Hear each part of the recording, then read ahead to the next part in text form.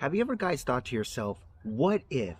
What if Eddie Guerrero didn't pass away? What if Stone Cold never got injured? We're going to talk about those kind of things today. Hi, my name is Larry, and welcome to the first episode of Wrestling's What Ifs. Let's go.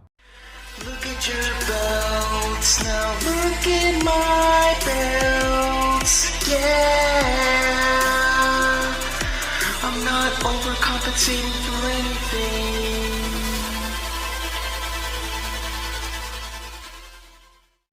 I hope everyone's having a wonderful start to their holiday season. As you can see, I got my Santa hat ready, and this thing is not coming off till December 26th. I'm a huge Christmas guy, so I have to do it. I do it every single year. Been doing it as tradition, and I'm excited for this holiday season. What we're going to be talking about today is wrestling what ifs. Basically, what we're going to be doing is we're going to take two topics, specifically asking what if. We're going to be asking the what if on something that is current, and we're going to be asking the what if on something that is in the past. The first topic we're going to talk about is something that's been on my brain for a little while since a bunch of the releases that happened in WWE. The first what if we're going to talk about is what if Keith Lee took the place of Omos. Now, from The Undertaker, Kevin Nash, everyone is high on Omos. I personally don't see a lot of that, but I am always open to be proven wrong. I was actually wrong with Daniel Bryan, or Bryan Danielson. When he came in the WWE, I was like, you know what, this guy just looks plain. He's got nothing to him. He's a great wrestler, but there's just nothing that's appealing to me. A few years later, he turns heel, gets this huge persona, charisma, and he ends up being the biggest babyface in WWE. Now he's one of the biggest stars in AEW as well. So I was wrong on that, but in those situations, I am happy to be wrong. But let's think about this. As you guys all know, Keith Lee was released by WWE. That was a huge loss. Every time he was on the roster while he was in NXT, whether it was Survivor Series or Royal Rumble, he always made an impact. I felt he could have been a huge star. But for whatever reason, WWE and Vince McMahon threw on a singlet on him, called him Bearcat, and just pretty much buried him in the ground. That's a different topic. But what if they actually had him in the position that Omos was in? He's side by side with AJ Styles. We obviously would be able to see a lot more ring action from him, because nowadays, let's be real, Omos, when he's tag teaming with AJ Styles, he's kind of like the background guy, right? AJ does all the work, then Omos comes in and hits a guy, clotheslines him, choke slams him, and throws him over the rope and pins him and beats him, and there you go. So we haven't seen a whole lot of ring wrestling and ring work from Omos, but I know that's by design, right? But you wouldn't have to do that with Keith Lee. Keith Lee not only would have the mouthpiece of AJ Styles, but because he is a good promo, he would have his own mouthpiece, and we would be getting a ton of good matches. Picture AJ Styles and Keith Lee versus the tag teams that are on Raw right now against the Street Profits, or even like AJ Styles and Keith Lee versus RK Bro, or let's jump to the SmackDown side. Could you picture the Usos versus AJ Styles and Keith Lee? I mean, come on, guys, that would be huge. And obviously, Omos is being prepped to eventually be like Diesel, aka Kevin Nash, and break away from AJ Styles. So what better way for Keith Lee to break away from AJ Styles and have them feud? And come on, those matches, AJ Styles versus Keith Lee, give me a break. That is, take my money. But seriously, guys, like, and what's good about it too is if they ran a program to make Keith Lee the babyface, because AJ Styles is a really good heel and babyface, but I feel like he's really flourished as a heel. But imagine him doing all this stuff to put down and bring down Keith Lee to get that sympathy. Keith Lee rises up, and then we get like a big WrestleMania match between Keith Lee and AJ Styles. That would have been amazing. Or twist it around, AJ Styles and Keith Lee, start becoming baby faces because, they're liked by the crowds. And then boom, Keith Lee turns on AJ, becomes this big monster heel. And we see Keith Lee going against people like Big E.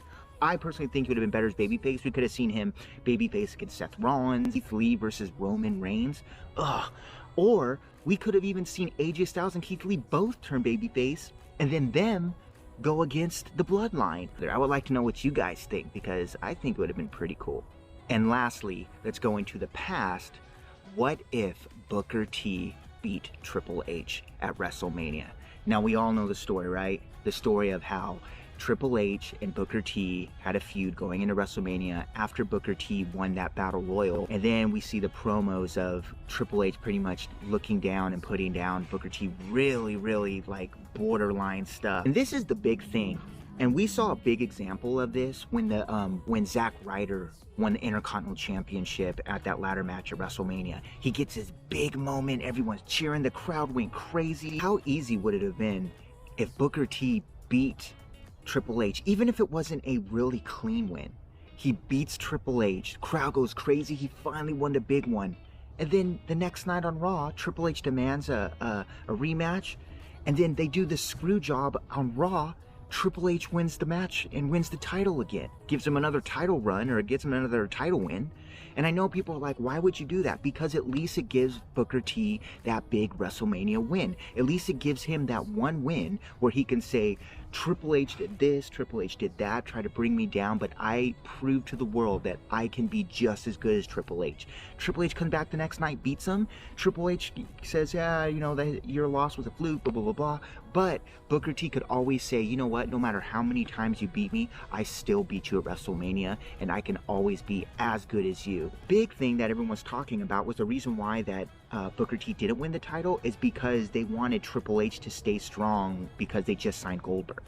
And then obviously we know how that run went. So that's what they were saying from what I heard, was that they didn't want Triple H to lose. They would rather him have the belt longer so that would make the Goldberg win even better. But for me, I'm sorry guys, they should have had Booker T win that match, even if it was he won at WrestleMania and then has it for a month.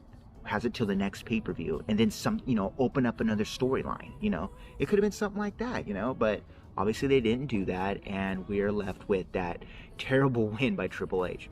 Don't get me wrong, we all know the things that Triple H did in the past, but we also know what Triple H has done after that as well, from NXT to pushing certain wrestlers that wouldn't have been pushed by Vince McMahon and WWE. Triple H has done a lot for the business already, so I'm in no way hating him. I personally think he's done a lot better and a lot more good for the company. Triple H has done a lot more good for the business than he's done bad, in my opinion. And I personally think he's one of the most underrated heels in the entire business. I think at one point I thought he was the best, but again, that's another topic. But there you go, guys. This is the first episode of Wrestling's What Ifs. I hope you guys enjoyed it. If you guys have any questions, whether it's agreeing with me or debating with me, I'd love to hear it in the comments.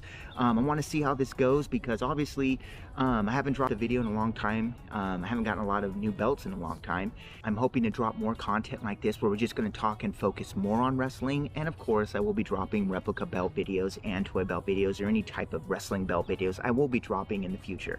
But for now, let's talk wrestling. And this is the best thing that I thought of at the moment let's talk about the wrestling's what ifs. But anyways, guys, once again, my name is Larry. If you do like the video, please subscribe to my channel.